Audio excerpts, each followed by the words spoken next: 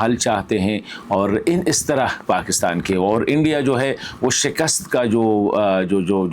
اس میں ہے، تو وہ کبھی ترکی پہ الزام لگا رہے، کبھی جو ہے نا آذربائیجان پہ الزام لگا رہے کہ ترکی نے پاکستان کی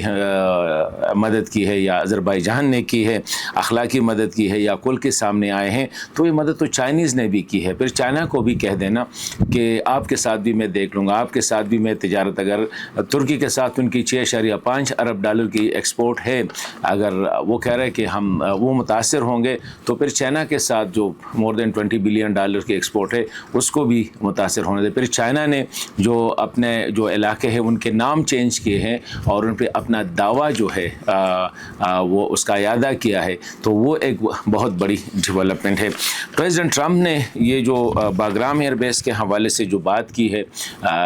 وہ جہاں پہ بھی وہ جاتے ہیں، پریزیڈنٹ ٹرمپ نے الیکشن کیمپین میں بھی کہا تھا، اس کے بعد بھی کہا تھا کہ یہ جو اسلحہ ہے یہ اور باگرام ایئر بیس یہ ہمیں نہیں چھوڑنا چاہیے تھا، اور ابھی بھی میں اس کو واپس لے لوں گا۔ ٹروپس کو وہ بتا رہے کہ باگرام کیوں ضروری ہے۔ اس نے کہا کہ باگرام چائنا سے صرف 1 گھنٹے کے فاصلے پہ ہے، مطلب ہے کہ اتنا قریب ہے، ان کی ساری نظر جو ہے وہ ابھی بھی چائنا پہ فیکس ہے کہ چائنا کو میں نے فیکس کرنا ہے۔ تجارتی اٹیک ہوا لیکن اس میں اس کو شاید وہ کامیابی حاصل نہیں ہوئی، تو کہتے ہیں کہ چائنا کی جو سنکیانگ پروونس ہے اس سے یہ 1 گھنٹے کی فاصلے پہ، اتنا یہ اہم ہے، اور اس خطے کا سب سے بڑا ایئر بیس ہے۔ اس کو سوویت یونین نے بنایا تھا 2001 میں، یہ امریکیوں نے اس کو حاصل کیا تھا جب وہ القاعدہ کے خلاف اور دہشت گردی کے خلاف لڑ رہے تھے، لیکن جب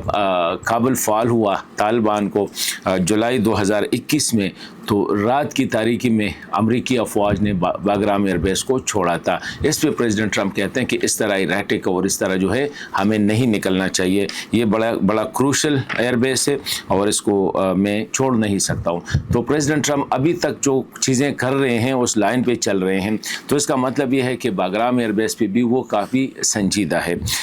اسی طرح جو امپورٹنٹ ڈیولپمنٹ اکثر جو میں آپ لوگوں کے ساتھ شیئر کرتا ہوں کہ پاکستان اور افغانستان کے تعلقات جو ہے وہ کافی بہتر ہوتے نظر آ رہے ہیں، اور وہ آپ دیکھ بھی رہے ہیں، وہ نظر بھی آ رہا ہے کہ پہلے جو تھا حملے کرنے کی، ایک دوسرے کو جو ہے ایک دوسرے پر الزامات لگانے کی، دہشت گردی کے الزامات لگانے کی، یا کوئی کہہ رہا تھا کہ آپ کے ہاں TTP ہے تو کوئی کہہ رہا تھا آپ کے ہاں داعش ہے، تو اب ایسا نظر آ رہا ہے کہ جب سے مطلب ہے کہ جو تھا رمضان کا جو پہلا عشرہ تھا اس کے بعد ہم نے دیکھا ہے کہ TTP کو کافی حد تک کنٹرول کیا گیا۔ جب افغانستان کے ساتھ کمیونیکیشن بحال ہوئی ہے، آنا جانا شروع ہوا ہے سینئر لیول آفیسر کا، آج بھی صادق خان صاحب، کیونکہ صادق خان صاحب کی کوشش یہ ہے کہ زیادہ سے زیادہ لوگوں کو کابل یاترا کرے یا وہاں پہ لے کے جائے، تو چائنیز کو لے کے گئے ہیں، سینئر کو، ویسے تو لوور لیول کے آفیشل تو آتے جاتے ہیں، رشیا کا بھی وہ پلان کر رہے ہیں۔ اس طرح آج ان کی ملاقات جو نمائندہ خصوصی ہے اینڈریو میکوبر، برطانیہ کے جو نمائندہ خصوصی ہے افغانستان کے لیے، اس کے ساتھ ملاقات ہوئی ہے، اور یہ بھی ممکن ہے کہ اس کو بھی کہہ کے چلو چکر لگاتے ہیں، کیونکہ صادق خان صاحب ضروری نہیں ہے کہ یہ اناؤنس وزٹ ہوتے ہیں، میں نے سنا ہے کہ اس کے علاوہ بھی ان اناؤنس وزٹ بھی وہ کرتے ہیں۔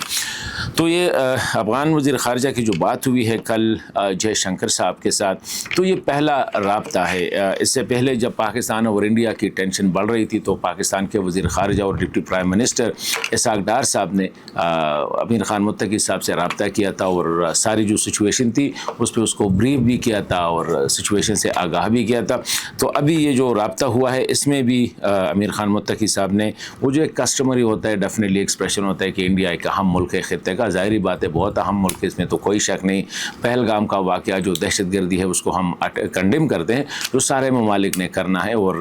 وہ ہوتا ہے، اور یہی کہا اس نے کہ جو پاکستان اور انڈیا اور افغانستان کے جو تعلقات ہیں اس کو ہم ایک جو ہے بیلنس کریں گے خطے کے دیگر ممالک کے ساتھ، کیونکہ ایک بہت اہم ملک ہے۔ اس کا یہ مطلب ہرگز نہیں ہے کہ پاکستان اہم نہیں ہے، بلکہ پاکستان کا بھی یہی ہے کہ وہ افغانستان کے ساتھ اپنا رابطہ اور اپنا تعلق رکھے گا۔ باقی جو ہے یہ افغانستان کی مرضی ہے کہ وہ کس ملک کے ساتھ اس کی کیا تعلقات ہے، کس سٹیج پہ ہے اور کیسے وہ نبھاتے ہیں، یہ افغانستان کا انٹرنل مسئلہ ہے۔ تو ایک اچھی ڈیولپمنٹ ہے۔ اب اس وقت افغانستان میں پاکستانی سفارت کے علاوہ ہارڈلی کچھ 3-4 ممالک ہیں جن کے سفیر اور جن کا سٹاف جو ہے سفارتی سٹاف مکمل موجود ہے. انڈیا کا کوئی بھی ڈپلومیٹک سٹاف نہیں ہے, وہاں پہ صرف ٹیکنیکل سٹاف ہے. تو یہ ایک اچھی ڈیولپمنٹ ہے تجارت کے حوالے سے اور مشترکہ تجارت کے حوالے سے, سیاسی موضوعات جو ہے اس کے حوالے سے بات چیت ہوئی ہے. آگے دیکھتے ہیں. اس کا مطلب یہ ہے کہ خطے میں اب اسٹیبلٹی کی طرف ہم جا رہے ہیں, اور انشاءاللہ اگر اس طرح پاکستان, چین اور افغانستان کا اور باقی افغانستان کی مرضی ایران کے ساتھ تعلق رکھتے ہیں, ترکی کے ساتھ رکھتے ہیں, انڈیا کے ساتھ رکھتے ہیں, جب تک جو ہے یہ ایشورنس ہو, اور افغانستان نے یہ ایشورنس پاکستان کو دی ہے کہ افغانستان کی سرزمین کوئی بھی جو ہے وہ پاکستان کے خلاف استعمال نہیں کرے گا, تو اگر یہ ایشورنس دی جاتی ہے تو پھر پاکستان کو کوئی اسی حوالے سے کوئی فکر نہیں رہے گی. اور میرے خیال میں اس وقت نوٹ شیئرنگ ہو رہی ہے, افغانستان جو کر رہا ہے, پاکستان جو کر رہا ہے, تو ایک دوسرے کو اعتماد میں لے رہے ہیں. اور بہت سی ایسی چیزیں ہیں جو صرف سوشل میڈیا کنزمپشن کے لیے ہوتی ہیں, جو میڈیا کنزمپشن کے لیے ہوتی ہے, اور کچھ ایسی ہوتی ہے جو ریئل ہوتی ہے, اور وہی ہوتی ہے کہ اندرونی طور پر مطلب ہے کہ بولنے